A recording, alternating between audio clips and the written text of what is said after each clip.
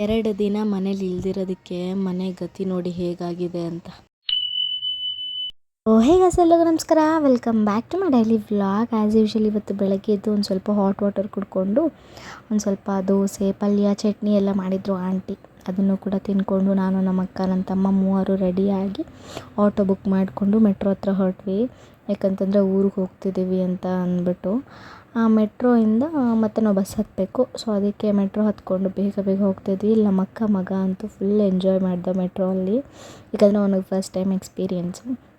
ಅಲ್ಲಿಂದ ಬಸ್ ಹತ್ಕೊಂಡು ನಾವು ಕೂಡ ಮನೆ ಕಡೆ ಬಂದ್ವಿ. ನಮ್ಮ ಅಕ್ಕನ ನಮ್ಮ ಅಪ್ಪ ಮನೆಗೆ ಡ್ರಾಪ್ ಮಾಡಿದ್ರು. ನಾನು ಮತ್ತು ನನ್ನ ತಮ್ಮ ನಮ್ಮ ಆಂಟಿ ಮನೆಗೆ ಬಂದು ಅಲ್ಲೊಂದು ಸ್ವಲ್ಪ ಫ್ರೆಂಚ್ ಫ್ರೈಸ್ ಮಾಡಿಕೊಂಡು ತಿಂದೆ. ಆ್ಯಂಡ್ ಆಲ್ಸೋ ಒಂದು ಸ್ವಲ್ಪ ಲೆಮನ್ ರೈಸ್ ಇತ್ತು. ಆ ಲೆಮನ್ ರೈಸ್ನ ಕೂಡ ತಿಂದು ಅಲ್ಲಿಂದ ಮತ್ತೆ ನಮ್ಮ ಅಜ್ಜಿ ಮನೆಗೆ ಹೋಗಿ ನಾನು ಮತ್ತು ನಮ್ಮ ಹಸ್ಬೆಂಡು, ಅಲ್ಲಿಂದ ಮತ್ತೆ ಅಮ್ಮ ಮನೆಗೆ ಹೋಗಿ ನಾವು ಕೂಡ ಮನೆಗೆ ವಾಪಸ್ ಬಂದ್ವಿ.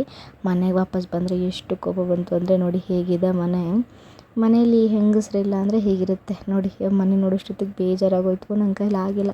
ಬಟ್ ಆದರೂ ಎಲ್ಲ ನೀಟಾಗಿ ಕ್ಲೀನ್ ಮಾಡಿಬಿಟ್ಟು ಮಲ್ಕೊಂಡೆ. ಸೊ ಇಷ್ಟಾಗಿತ್ತು ನನ್ನ ಡೈಲಿ ವ್ಲಾಗ್.